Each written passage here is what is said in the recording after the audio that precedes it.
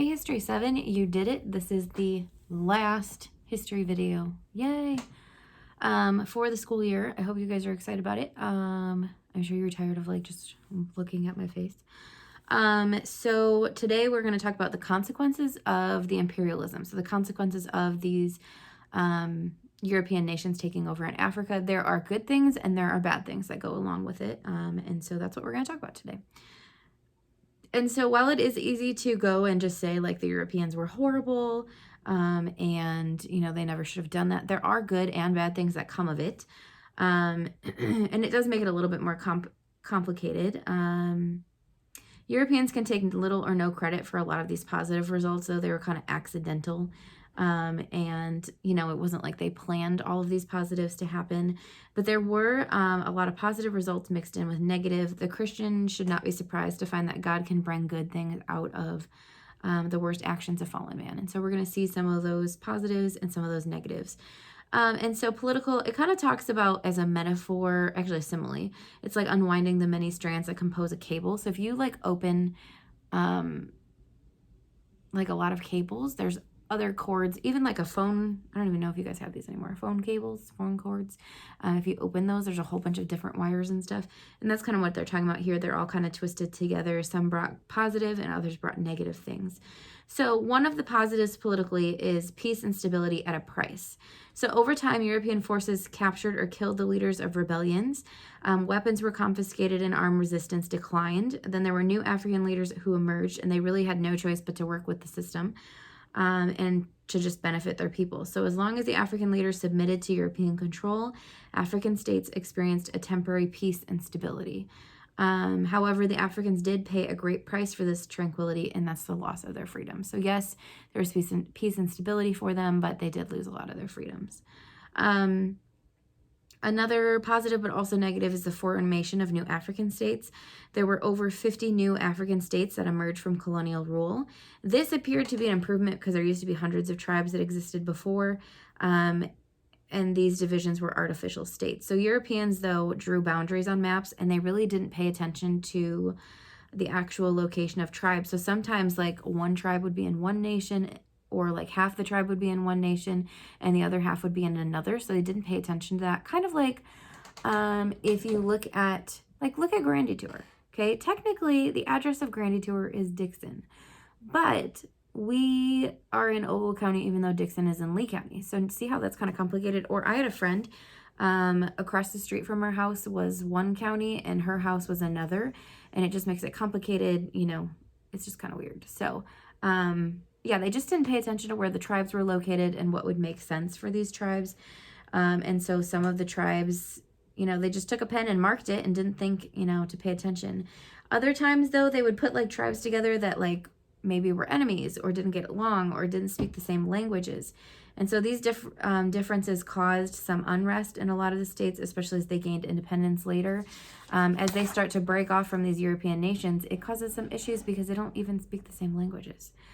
All right, another thing is development of political organization. One thing that they did is they succeeded in establishing bureaucracies of civil servants needed to manage and govern the African states. So they kind of help them set up these little governments, and that way later they can rule themselves. It says the British system was probably the best. It produced well-trained and effective civil servants who are ready and are able to run the government when these European nations are not there. The French were not as good with it, and the Portuguese were actually the worst. A bureaucratic structure proved beneficial to African states when they later gained their independence, which I mentioned. Another good thing that came out of this was modern judicial systems, and there haven't been many changes in that even today. And so that's one positive, is that they just had these modern judicial setups. They have, court systems and stuff like that, and that's really worked out for them over the years. Then there's development of professional armies. Before this time period, very few African states had armies, and those that they did have were poorly trained volunteers, and that situation changes when Europeans take control. They trained professional armies to control the population and put down these resistances that they had coming.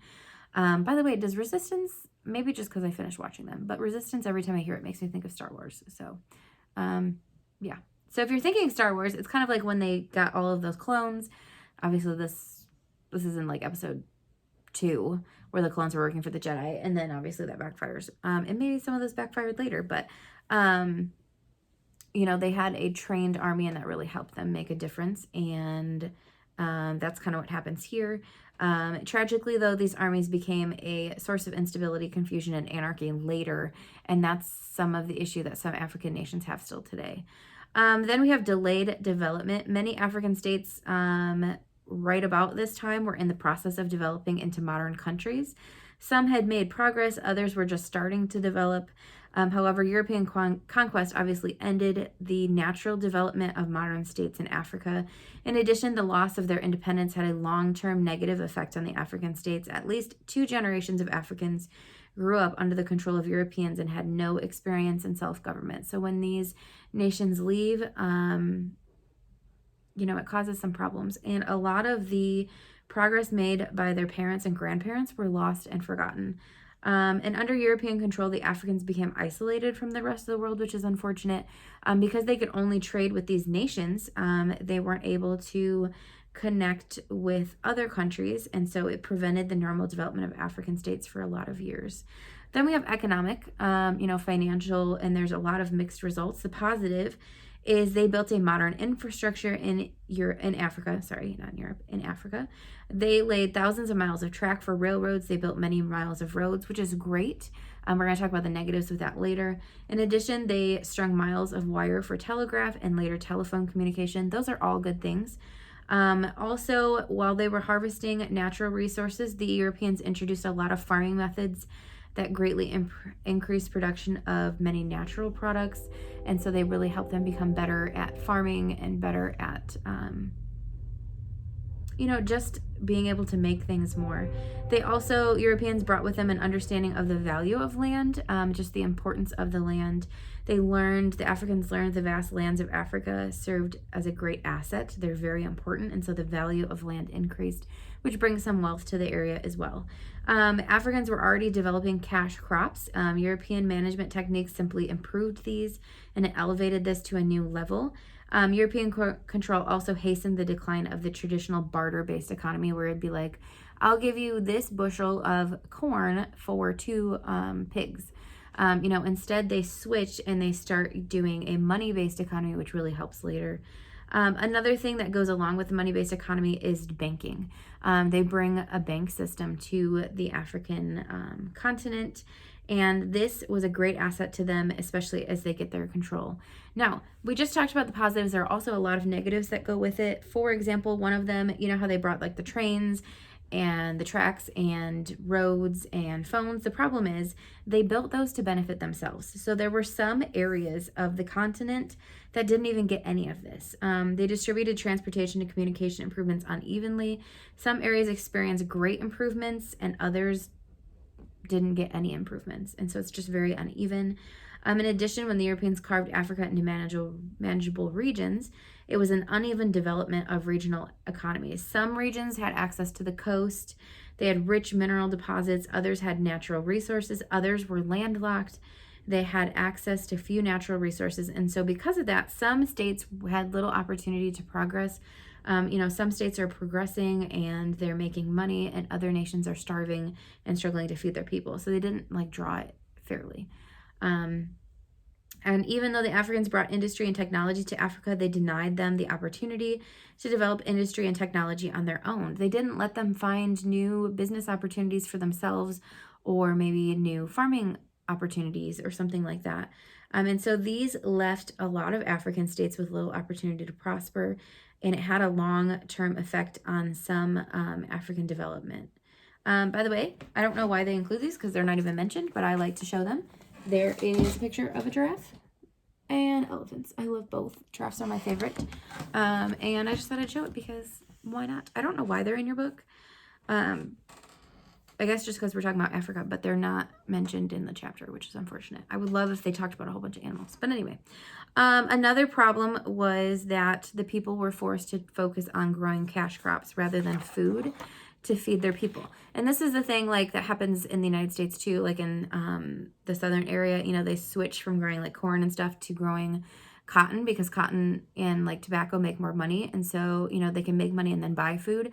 They do that in Africa. And so what they did is they would just bring in food from other areas to supply like whatever food needs they might have. Unfortunately, though, they have found since they've become independent, it has been hard for them to switch their agricultural practices. And so a lot of these nations continue to depend on other places to provide food. And so if they were growing, you know, crops that they could rely on for food, it would be a lot easier. They wouldn't be making all the money. It's kind of a weird balance. You know, they wouldn't be making all of that money for their cash crops, but at the same time, they could probably feed way more of their people. So it's just kind of a weird balance thing there. Another thing is the African states had developed a maturing inter-African trade. So before the colonization of Africa, these different tribes and different nations were trading with each other. Well, when Europe comes in and kind of takes over, that ends. And even today, they are still working to restore the trade between nations. They have it some, but a lot of trade is still focused overseas, somewhere else. Another thing that's just disappointing is that European investors, they made a lot of money off of Africa. And so instead of taking their money and reinvesting it in Africa, they just took it back to Europe. And so it just leaves, there's a gap that it leaves financially in Africa. Then there's social, positive and negative social consequences. Positive, Africa began to experience a significant population growth. When the Europeans first get there, there is a decline, and that has to do with diseases and armed conflict. But then once things settle down, the population goes up. Another thing is urbanization. We now have these villages that grow into towns, and the towns grow into cities. And so we just have a lot of cities that have grown up in Africa through this, and that brings a lot of great contributions to Africa. And for some African states, Europeans encouraged the spread of religion and education, and a lot of missionaries helped with that. And in addition to proclaiming the gospel, missionaries provided most of the education for the Africans. So if they were going to school, a lot of times they were learning, you know, how to read and stuff like that, but also religion. And another positive was that many Africans before this time based their social order on birth. So if you were born in a higher class with money, you stayed in that class. If you were born poor, you couldn't change where you were at. Under European management, if you worked hard and you cooperated with the system, you could advance, you could gain promotion, and so you could raise your station in life. And so those are all positives and great things that happen, but there's also quite a few negatives.